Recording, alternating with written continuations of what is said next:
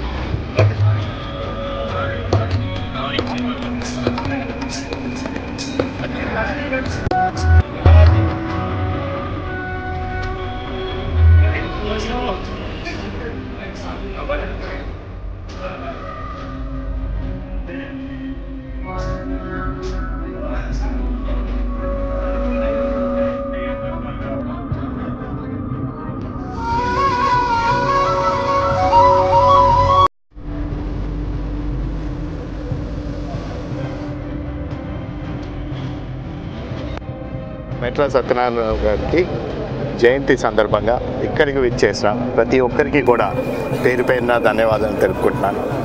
ఈరోజు ఆయన 83 జయంతి సందర్భంగా ఇక్కడికి వచ్చిన ప్రతి ఒక్కరిని కూడా అందరూ కూడా ఆయన ఏ విధంగా ఆయన పరిపాలించారు ఈ విషయాలన్నీ కూడా అందరూ స్మరించుకుంటూ ఏ ఒక్కరు కూడా ఈ బిఆర్ అంబేద్కర్ కోనసీమ జిల్లాలోని ఏ ఒక్కరు కూడా ఆయన మర్చిపోలేరు.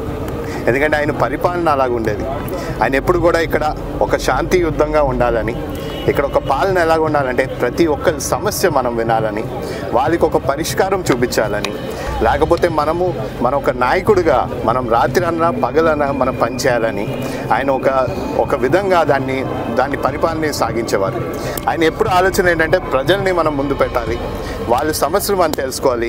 ఆయన ఒక మినిస్టర్గా ఉన్నా సరే, ఆయన లేకపోతే ఒక స్థానిక ఎమ్మెల్యేగా ఉన్నా సరే, ఆయన ఎప్పుడైనా సరే ప్రజల సమస్యలకి ప్రత్యేక టైము కేటాయించేవారు. అదేవిధంగా అదే స్ఫూర్తితోని మేము కొత్తగా యువ నాయకులుగా మేము వచ్చినా సరే మేము కూడా ఆయన స్ఫూర్తిని మేము ముందుకు తీసుకెళ్తామని, అలాగే ఆయన ఆనాడు అనేక విధానంగా ఆయన అనుకున్నారు.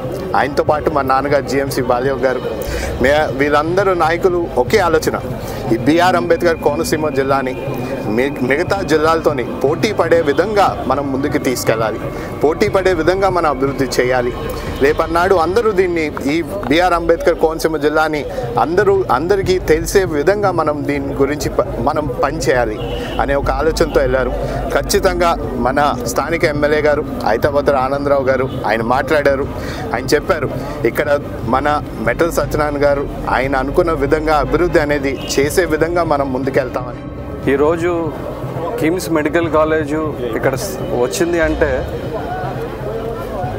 మా నాన్నగారి కన్నా ఎక్కువ పట్టుదలతో ఆయనే ఉండాలి, చెయ్యాలి.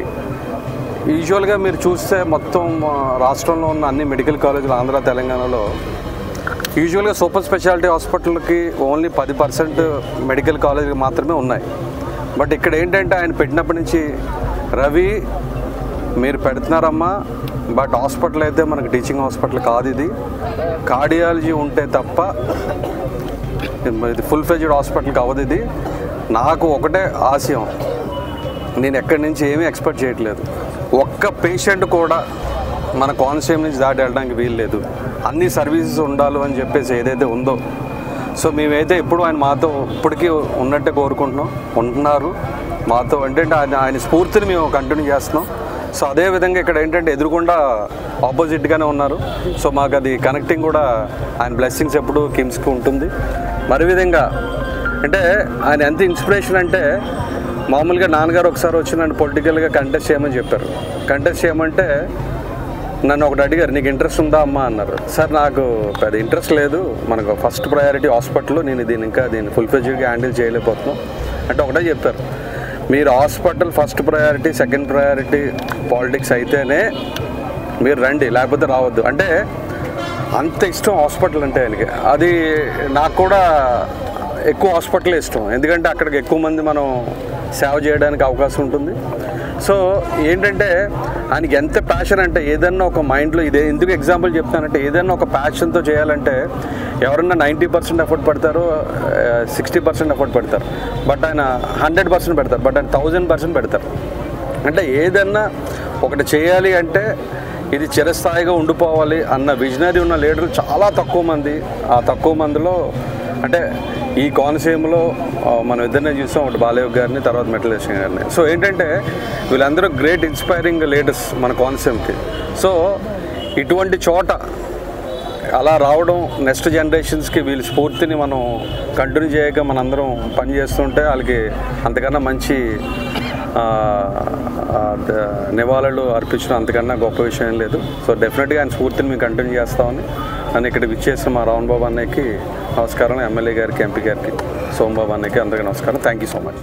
ఈరోజు మా తండ్రి గారు కీర్తిశేషులు డాక్టర్ మెట్ల సత్యనారాయణరావు గారు, మాజీ మంత్రివర్యులు, ఆయన 83వ జయంతి సందర్భంగా కోనసీమ నలుమూల నుంచి ఇచ్చేసిన ఆయన అభిమానులకి, అలాగే ముఖ్యంగా మన ఎంపీ గారు హరీష్ గారికి, ఎమ్మెల్యే ఆనందరావు గారికి, అలాగే టీడీపీ శ్రేణులకి, కూటమి నాయకులకి, జనసేన నాయకులకి, బీజేపీ నాయకులకి అందరికీ కూడా పేరు పేరున నా ధన్యవాదాలు తెలియజేసుకుంటా ఉన్నాను. ఆయనకు ఇక్కడికి వచ్చి ధన్యవాదాలు అర్పించినందుకు. మొన్నే ఆయన బర్త్డే అయింది, 25వ తారీఖున ఆయన డెత్ యానివర్సరీ అయింది. తర్వాత మళ్ళీ వారం రోజుల్లో ఇది రావడం, మళ్ళీ అంతే జనం మళ్ళీ ఇలా రావడం చాలా సంతోషం. మరి దీనికి ఉదాహరణ ఏంటంటే, ఆయన గతంలో చేసిన సర్వీసెస్ కానీ, ఆయన ఒక మంచితనం కానీ ఈ జనాలందరినీ ఇక్కడికి వరకు నడిపించినని మనం చెప్పుకోవచ్చు. మరి ఆయన ఎమ్మెల్యే కాకముందు ఇక్కడ రకరకాల కుల ఘర్షణలు అవి ఉండేవి కొన్ని కమ్యూనిటీస్ మధ్యన. ఆయన వచ్చిన తర్వాత ఆయనందరికీ కూడా ఉద్యోగ ఉపాధి అవకాశాలు కల్పించి ఒక అవేర్నెస్ క్రియేట్ చేసి ఆ గొడవలు ఏమి లేకుండా ప్రశాంతమైన అమలాపనాన్ని, అలాగే అభివృద్ధి పదం